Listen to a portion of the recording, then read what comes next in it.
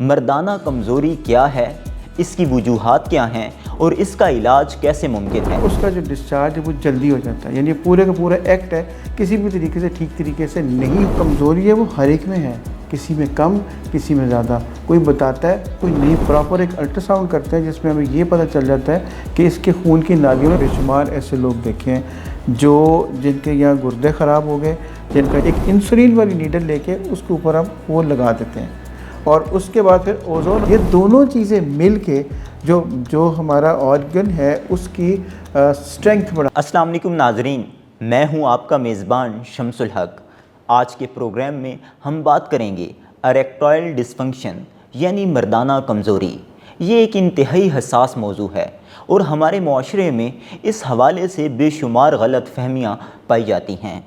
जितने बड़े पैमाने पर इसकी तशहीर होती है, ऐसा लगता है कि पाकिस्तान के तमाम मर्द इस बीमारी का शिकार हैं।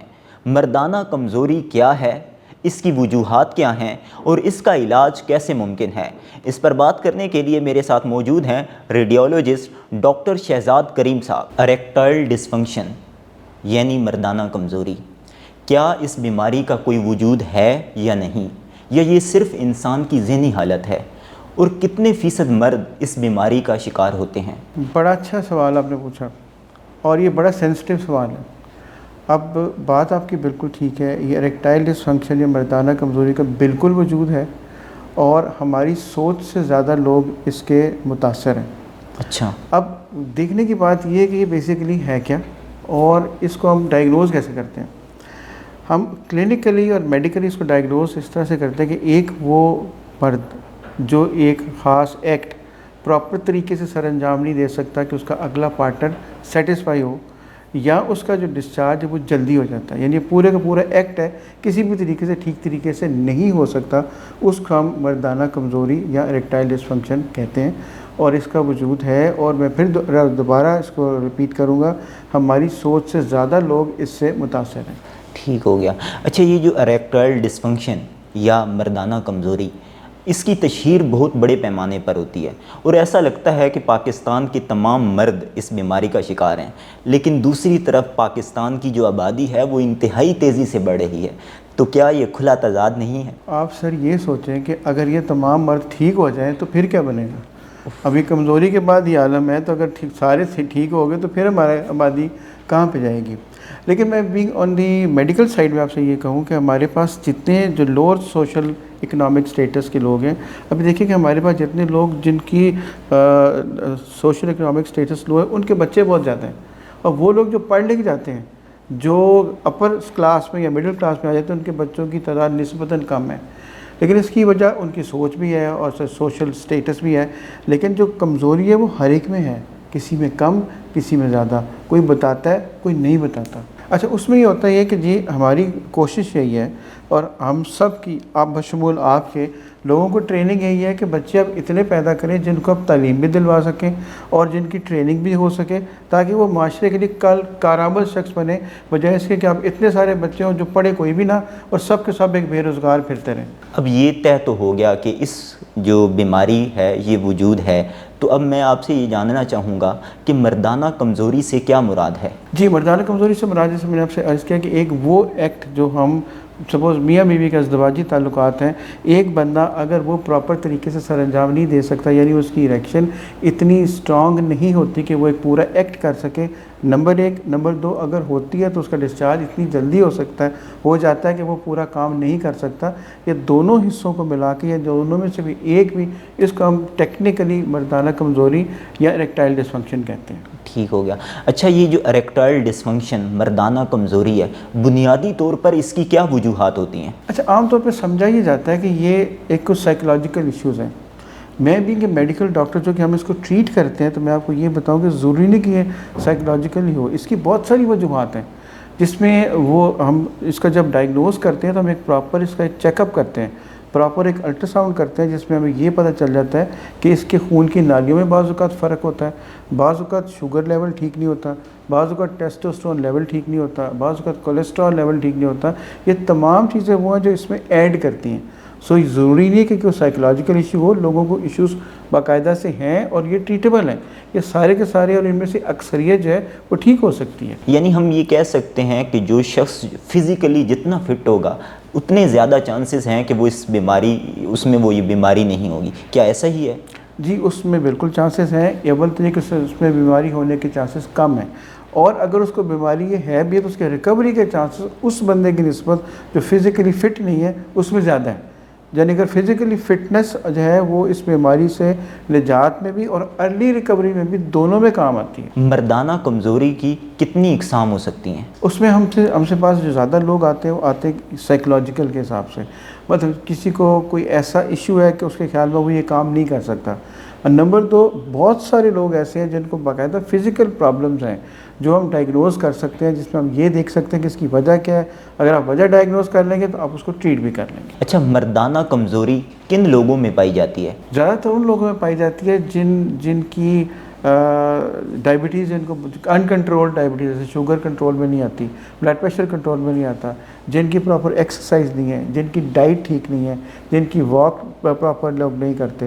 यानी ये तमाम चीज़ें ऐड करती हैं उस कमज़ोरी के अंदर, जो पहले से थोड़ी होती है। ये चीज़ें अगर उसमें ऐड कर दी जाए तो उसकी शिद्दत और नोयत दोनों ज़्यादा हो जाती है। मर्दाना कमज़ोरी का इलाज कैसे मुमकिन है? अच्छा, ये बड़ा ज़बरदस्त सवाल है। होता ये कि हमारे पास एक मिथ है कि हमारे जितने हकीम हजरात हैं, होम्योपैथ हजरात हैं या बाकी इस किस्म के मिलते जुलते लोग हैं, वो इसका ट्रीटमेंट कर सकते हैं। मैं एक रेडियोलॉजिस्ट हूँ जिसमें हम लोग अल्ट्रासाउंड करते हैं बेशुमार लोगों का। मैंने खुद अपने हाथों से बेशुमार ऐसे लोग देखे हैं जिनके या गुर्दे ख़राब हो गए, जिनका या जिगर ख़राब हो गया या कोई और मसला हो गया। जब उनसे प्रूव किया कि इतनी यंग एज में आपको क्या हुआ, तो अल्टीमेटली उन्होंने बताया कि हमने जी इस कमज़ोरी के लिए दवाइयाँ इस्तेमाल की। मैं ये नहीं कहता कि सारे हमारे जो दोस्त भाई हकीम और होम्योपैथ हैं उनमें मसला है। सबसे बड़ा मसला उन लोगों में है जो नीम हकीम है, जिनको खुद कुछ पता नहीं। जो लाइल्मी है ना, वो सबसे बड़ी नेमत कही जाती है। जब आपको कुछ पता ही नहीं तो जो मर्ज़ी करते रहें। ये तो है एक एंड। दूसरा एंड है मेडिकल एंड। अब हम लोग क्या करते हैं? सपोज हम लोग जो ट्रीटमेंट करते हैं वो अमेरिका से शुरू हुआ था और इस वक्त दुनिया के 60 से ज़्यादा मुल्कों में इस वक्त कामयाबी से हो रहा है। और ये सिर्फ एक पार्ट नहीं है, पूरी एक चेन है। बस उसको हम भी शॉर्ट प्लस कहते हैं। हम करते हैं क्या उसमें? हम सबसे पहले करते हैं पेशेंट का पीनाइल अल्ट्रासाउंड करते हैं, उस नफ्स का अल्ट्रासाउंड करते हैं। ये देखते हैं उसके अंदर खून की नाली ठीक है, मसल में कोई प्रॉब्लम तो नहीं है, कोई और इशू तो नहीं है। अब आपने वो डायग्नोज कर लिया, उसके बाद हम उसका कुछ ब्लड निकालते हैं। उस ब्लड को तकरीबन 15 से 20 एम जैसे ब्लड लैब में आप देते हैं, उसको फिर लैब में प्रिपेयर किया जाता है। तकरीबन कोई आधा पौना घंटा उसमें लगता है।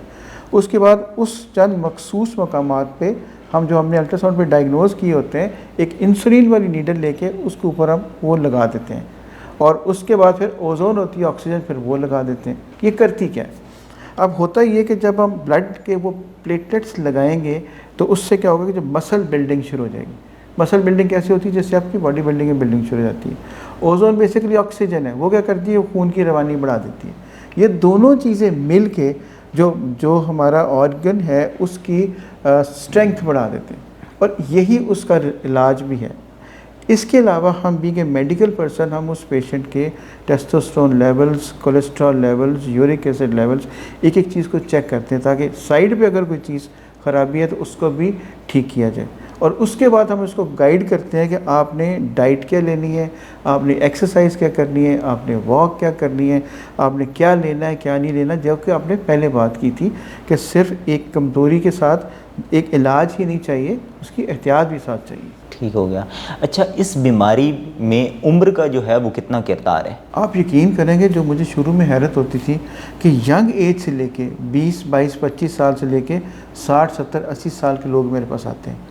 यंग एज में होता ये है कि जो आजकल हमारे पास ये इंटरनेट है, 24 घंटे के मोबाइल फ़ोन्स हैं, जिसमें आप एक क्लिक करें तो पता नहीं क्या कुछ सामने आ जाता है, और वो इतना अट्रैक्टिव होता है कि बंदा उसकी तरफ खिंचा चला जाता है। अल्टीमेटली ये आपकी हेल्थ भी ख़राब करता है, ज़हन भी ख़राब करता है, साइकोलॉजिकल इश्यूज़ भी ख़राब करता है। और मेरे पास जितने यंग लोग आते हैं उनमें से अक्सरियत इस इंटरनेट के आदी हैं। बाकी जो बुज़ुर्ग हैं जिनकी 40, 45, 50 साल से ज़्यादा उम्र है, उनमें कोई शुगर होगी, किसी को ब्लड प्रेशर होगा, किसी को कोई और इशू होगा, जो ट्रीटेबल है सारे के सारे।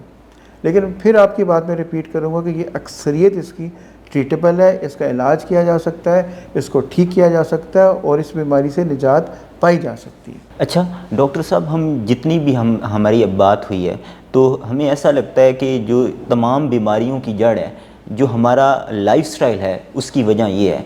तो किसी भी फ़र्द का एक हेल्दी लाइफस्टाइल क्या होना चाहिए? देखिए, मेरे पास जितने पेशेंट्स आते हैं ना, मैं उनसे 2 सवाल पूछता हूँ, बल्कि इस जगह पे जितने सवाल जो लोग मौजूद हैं उनसे भी 2 सवाल ही पूछता हूँ कि आपके खाने और सोने का टाइम फिक्स है कि नहीं। 90% जवाब होता है नहीं।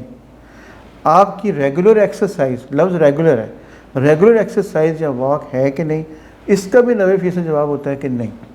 लिहाजा जब हमारी खाने और सोने और रेगुलर एक्सरसाइज ही नहीं है, हम फिट कैसे रह सकते हैं? और सिर्फ ये 2 काम कर लें तो आपको बेशुमार हेल्थ के इश्यूज़ ख़त्म हो जाएंगे, जिसमें से एक ये भी शामिल है। डॉक्टर साहब, ये एक इंतहाई हसास मौजू है, खुसूसन हमारे माशरे में। तो आप कैसे, आपको क्या बुनियाद बनी जिसकी वजह से आपको ये लगा कि आपको इस बीमारी के इलाज की तरफ आना चाहिए? अच्छा, ऐसा है जी कि मैं ख़ुद कुछ अर्से पहले अमेरिका में था। जब मैंने ये काम शुरू किया तो वहाँ भी ये ट्रीटमेंट होता था। अच्छा, वहाँ से जब मैं कुछ सीख के आया यहाँ पे, फिर मैंने उसकी बाकायदा ट्रेनिंग ली, तो पता ही चला कि ये वो टिप ऑफ द आइसबर्ग है जो लोग बात ही नहीं करते। अब मेरे पास लोग कैसे आते हैं? मेरे पास, आप यकीन करेंगे कि मेरे पास बंदे मर्द तो खुद आते हैं, मेरे पास उनकी बीवियों के फ़ोन आते हैं, ख़ास तौर पे वो जिनकी सेकंड वाइफ हैं, जिनके कुछ इश्यूज़ हैं, जिनकी कोई इशू नहीं हो रहे, उनकी होती है कि हमारी फैमिली लाइफ ख़त्म हो जाएगी। क्योंकि इतना बड़ा ये मौजू है कि लोग बात नहीं कर सकते, घर में बात नहीं कर सकते, दोस्तों में बात नहीं कर सकते। फिर मेरे पास, आप यकीन करेंगे, मेरे पास कई वालिदैन आए अपने बच्चों को लेके कि इनको ये इश्यूज़ हैं, अगर हमारा ये मसला हल नहीं हुआ, हमारी बहू छोड़ के चली जाएगी, हमारी फैमिली के अंदर बहुत ज़्यादा बेइज्जती होगी और वो हर जगह जाके ये बात करेगी कि इसमें ये इश्यूज़ हैं।